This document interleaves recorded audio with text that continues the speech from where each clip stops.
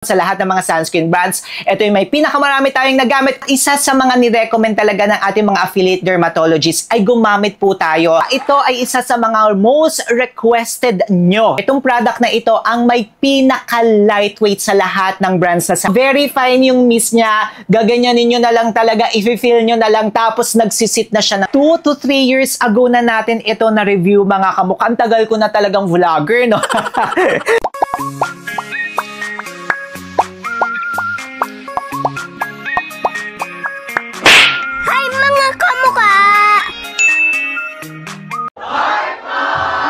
Hi mga kamukha, tayo pinagbabalik. Ako po si Sir Lawrence, ang inyong human guinea pig. Heart!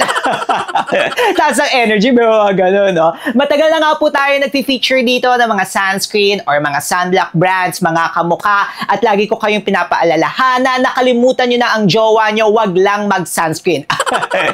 Kailangan talaga nakasama na siya, no? Yung iba sinasabi nila nakasama or parte na ito ng mga skincare routine. Pero ang tagal na natin gumagawa ng mga videos pero hindi tayo dito nag-feature pa ng mga top recommendation natin na mga sunscreen brands na may SPF 50. Ano nga ba ang kagandahan mo ng mga kamukha ng sunscreen? Uminom man tayo o hindi umiinom ng mga glutathione, ng mga collagen, kailangan po talaga natin na nagsa-sunscreen. May study na tayong pinakita dito mga kamukha, pa ulit-ulit na yan, yung truck driver, di ba kapag nagda-drive sila, yung kalahati ng face nila naka-expose sa araw. Therefore, sa isang study, pinakita doon na mas mabilis tumatanda ang ang skin nila na na-expose sa araw if i-compare natin sa hindi. And in the long run, pwede nga rin po kayong magka-skin cancer. Tapos ang pipiliin na po natin ng mga sunscreen brands, yung may UVA and UVB filter. Yung UVA para po yan sa skin aging, para hindi mga lubat mga lubat ang ating skin. And then yung UVB para naman po yan sa ating skin barrier, para hindi po mamula or hindi tayo magkaroon ng sunburn or masira ang ating skin barrier. Tapos kahit nasa bahay kayo mga kamukha, maganda na nagsa-sunscreen tayo. Tapos yung mga ipapakita ko nga po sa inyong mga brands ay yung mga SPF 50 na po. Ang kagandahan po ng SPF 50, mataas na po talaga siya or okay na agad siya. Nasa loob ka man ng bahay or lalabas kayo ng bahay. Tapos yung mga brands ay ipapakita rin natin dito, wala silang lahat na mga white cast. Tapos lahat sila ay FDA notified, FDA compliant. Ibig sabihin po niyan na check okay yung kanila mga formulation. Kaya ano bang hinihintay natin mga kamukha? Ano ba yan? Muntik mahulog dito. Looking forward ako sa video na to. Ang una po sa ating listahan na SPF 50. Okay na okay siya na brand ng sunscreen na na-try natin. Kung gusto nyo nga rin po mapanood ang ating review video, meron po niya nakalink sa description box sa baba. Walang iba kundi ang Bareface na sunscreen illuminating Bareface Sunkiss Illuminating Sunscreen na SPF 50. Ayan siya mga kamukha. Ang kagandahan nga po nito, SPF 50 PA+++ na po ito, dermatologically tested, and then dalawang SPF test na po ang kanilang pinagdaanan. Sa SGS nakakuha sila ng 50+++, sa Daiso 64.45 naman yung SPF value. Tapos ang kagandahan pa nito ni Bareface, lightweight siya and no white cast. Kung makikita nyo yung video natin doon talaga, lagi ko yung ginagamit, wala siyang white cast. Tapos maganda siya mga kamukha kasi from the word illuminating, nakakapagbigay siya ng glow. Na parang ang tagal-tagal nyong natulog. Parang kompleto yung tulog niya kahit 3 hours na kayo natulog. Gan perfect nga rin po ito sa mga iba't ibang skin types, pati sa mga combination skin na katulad ni Sir Lawrence. Meron nga rin po itong 4 UV filters. Hindi nga lang po siya nagsaserve as sunscreen, pero nagsaserve nga rin po ito as skincare products. So may mga ingredients siya para sa ating skin. Meron siyang hydrolyzed collagen, hyaluronic acid, niacinamide, and also vitamin E. And then SPF 50 nga po ito mga kamukha. May review video tayo nito ha. Isa po ito sa mga magaganda. Ang dami kong naubos nito. Sinabi ko nga sa video natin doon sa lahat ng mga sunscreen brands. Ito yung may pinakamarami tayong nagamit. Kung gusto nyo nga pong bumili yan, maglalagay nga rin po tayo ng legit na Shopee shop. Yes, tayo po ay affiliate sa Shopee. Talagang chinecheck ng ating research team kung yung mga shops ay talaga namang lehitimo ang kanilang mga binibenta. Kung gusto nyo nga po yan, meron po tayong nakalink sa description box sa baba. Ang susunod naman po sa listahan ng recommended sunscreen brand natin na may SPF 50, walang iba kundi ang Cetaphil na Sunlight Gel with SPF 50! Ito talagang si Cetaphil mga kamuka, hands down tayo. Alam nyo ba, I think last month or 2 months ago, nag-break out ng malala si Sir Lawrence. Ipakita ko lang sa inyo yung ibang pictures dyan sa gilid-gilid.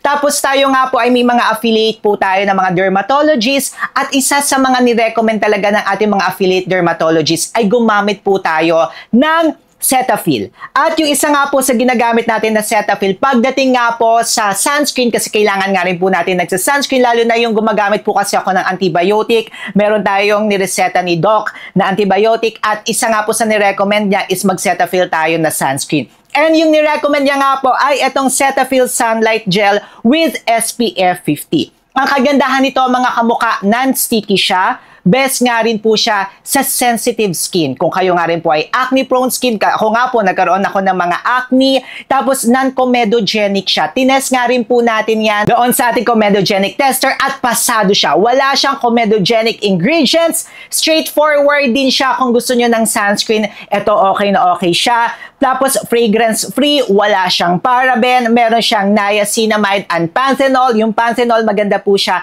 para sa wound healing. At kung may mga pimples nga po kayo, nagsiserve din siya as skincare product. Kung gusto nyo nga po yan mga kamuka, ito, hands down tayo, hindi tayo nag-pimples dito, okay na okay siya. Wala rin siyang white cast, magaan siya sa mukha, very lightweight. Kung yan, papasok po yan sa inyong standards, you will never go wrong kay Cetaphil.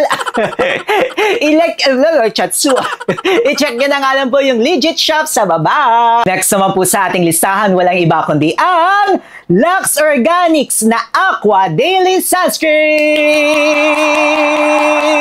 Alam nyo ba mga kamuka, ito ay isa sa mga most requested nyo sa atin dito sa ating channel. Noong una hindi pa natin masyadong nire-review yan, hindi pa natin masyadong hinahype. Kasi nga akala ko wala siyang kakaiba or another product lang siya ni Lux Organics. Pero alam nyo nung tinry ko, sila or itong brand na ito or itong product na ito ang may pinaka-lightweight sa lahat ng brands na sasabihin natin ngayon.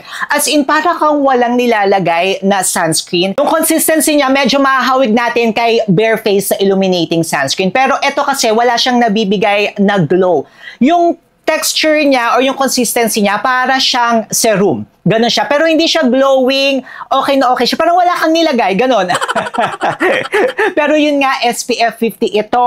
Tapos, watery siya kasi. And then, meron nga rin po siya ng mga ingredients na para sa ating skin. May Centella asiatica, may panthenol nga rin po ito na maganda kung may mga pimples kayo for wound healing, calendula, and then aloe leaf. Tapos, ito mga kamuka, tines nga rin po natin ito sa comedogenic tester natin. At pasado, wala silang comedogenic ingredients mga kamuka.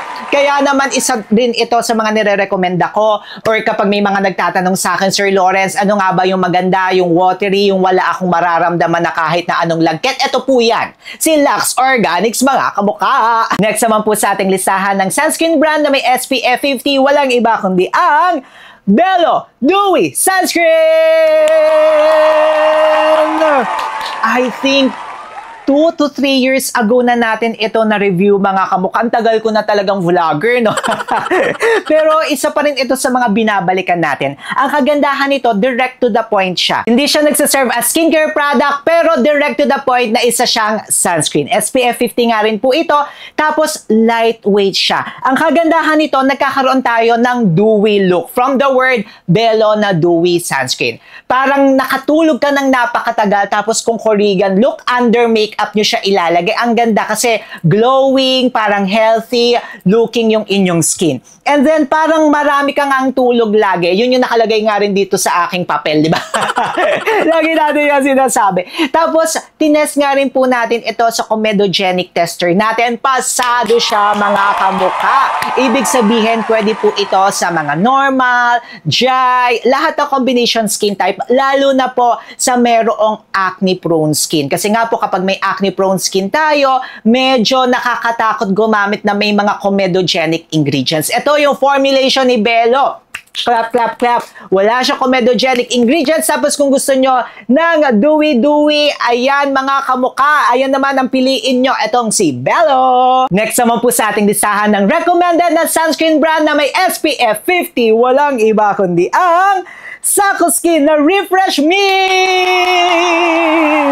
Alam nyo, ito, hindi pa sila ganoon kasikat last year. Talagang na-review na natin siya, na-feature na natin itong produkto na ito dito sa ating channel. Tapos nagandahan rin tayo mga kamuka. Ang kagandahan nito, ito yung favorite ko talaga. Until now, ginagamit ko to for reapplication. Kasi kailangan nga po natin magre-reapply mga kamuka. Kahit gaano kataas yung SPF na ilalagay nyo or yung sunscreen na ilalagay nyo sa inyong katawan or sa inyong face, kailangan po nating mag-reapply every 2 to 4 hours. Kaya ang kagandahan naman nito, spray-spray lang kayo. Tapos maninipis yung mist niya, unlike sa ibang mga mist na makakapal, tapos talagang tutulo na kung naka-makeup kayo, kung naka-powder kayo, hindi sila ganoon kaganda. Ito, very fine yung mist niya, gaganyanin nyo na lang talaga, i-fill nyo na lang, tapos nagsisit na siya ng maayos na maayos.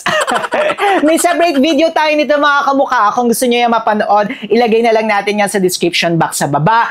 Perfect na perfect nga po ito for the application. Very affordable nga rin po ito. Nasa 200 or less than 200 pesos. And then nagsiserve nga rin po siya as skincare product kasi may mga skincare benefits po siya or may mga skincare ingredients siya. Meron siyang collagen, sakura extract na maganda para sa elasticity and moisture ng ating skin. May Centella asiatica nga rin po ito para po sa may mga pimples and also para maging maganda po ang texture ng ating skin. Ayan naman mga kamuka. For reapplication, ito talaga. Pwede rin naman siya hindi for reapplication. Kunyari gagamitin nyo lang siya as is. Napakadali. Kukunin nyo lang, tapos spray na lang kayo, then you are already good to go. Kung under makeup, okay na okay. Reapplication, lagay nyo lang sa bag. Hindi nyo na kailangan mag-reapply, lalo na kung naka-makeup kayo. Naku po mga kamukha. Ayan. Favorite na favorite natin itong si Sako Skin. Kayo mga kamukha, ano nga ba yung ginagamit nyo na sunscreen brand or ano yung gusto nyo pang ipa-review kay Sir Lawrence? Kung may basbas nga ba ni Sir Lawrence yan, mag-comment kayo dyan sa baba, magkwentuhan tayo. Tapos kung gusto nyo rin mapanood yung mga favorite brands natin ngayong first quarter ng 2024, may video tayo nyan dito sa gilid-gilid. Manood na kayo mga kamukha. Syempre, mag-subscribe na rin kayo kay Sir Lawrence. Paano ba yan mga kamukha? Magkita-kita po tayo sa susunod nating mga video. I-click nyo na to para hindi nyo ako ma-miss.